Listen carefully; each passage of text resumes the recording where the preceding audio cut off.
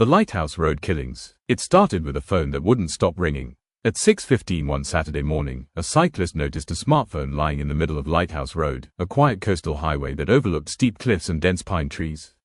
The screen kept lighting up. "Mom calling," the cyclist answered. A frightened woman immediately asked, "Have you found my son?" Police arrived within minutes. The phone belonged to a 24-year-old graduate student who had been reported missing just hours earlier after leaving a friend's apartment. His car was discovered less than a mile away. The driver's door was closed. The keys were still in the ignition. His backpack rested on the passenger seat. There were no signs of a crash. No signs of a robbery. Only one thing stood out. Small drops of blood on the pavement leading toward the trees. Search teams followed the trail. Nearly 300 yards into the woods, they found the young man's body. The medical examiner confirmed he had been murdered. The case dominated local headlines for weeks. Detectives interviewed friends, classmates, co-workers, and family members. No suspects emerged. Then, 9 months later, another body was found. This victim was a 42-year-old accountant who had disappeared after working late. His vehicle was also found abandoned on Lighthouse Road. Again, there were a few drops of blood on the shoulder of the highway. Again, they led investigators into the forest. Again, the victim was discovered hundreds of yards from the road. The similarities were impossible to ignore. A task force was created. Investigators compared every detail of both victims. Different occupations, different neighborhoods, different ages, no connection. Then a third victim disappeared.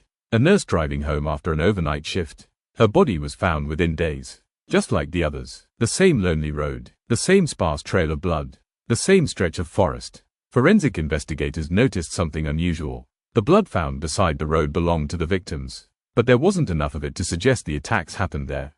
Someone had deliberately left just enough to draw investigators into the woods. The roadside wasn't the crime scene. It was a signpost. Detectives expanded the search beyond where each trail ended. Nearly half a mile from the third victim, investigators discovered an abandoned hunting cabin hidden among thick pines. Inside, they found dried blood belonging to multiple victims. The cabin had almost certainly been used during at least some of the murders. But whoever was responsible had left years earlier. The place had been carefully cleaned. No fingerprints, no usable DNA. No murder weapon. The only clue was an old receipt tucked beneath a loose floorboard. It was from a roadside diner nearly 60 miles away. The receipt was dated the morning after the first victim disappeared. Detectives traced every employee who had worked that shift. Every customer who had paid with a card. Nothing. The receipt became another dead end. As the investigation grew, detectives discovered 5 additional missing person cases that shared striking similarities. Late-night disappearances, vehicles abandoned, last known locations near Lighthouse Road. Searches of the surrounding forest uncovered 3 more bodies over the next 2 years. The victims had vanished over nearly a decade. Families who had spent years wondering finally received answers. But investigators did not. The killings stopped. No more victims appeared. No more blood trails were found. No one claimed responsibility. No suspect was ever identified. Today, Lighthouse Road remains open. Tourists drive it every summer for its ocean views. Cyclists still use it on weekends. Few notice the small memorial near the trailhead where the first victim was found. The detectives who worked the case still meet once each year. Not because there's new evidence.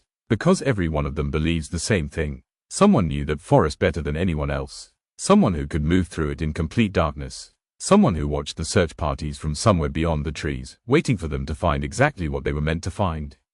And then disappeared before anyone ever thought to look back.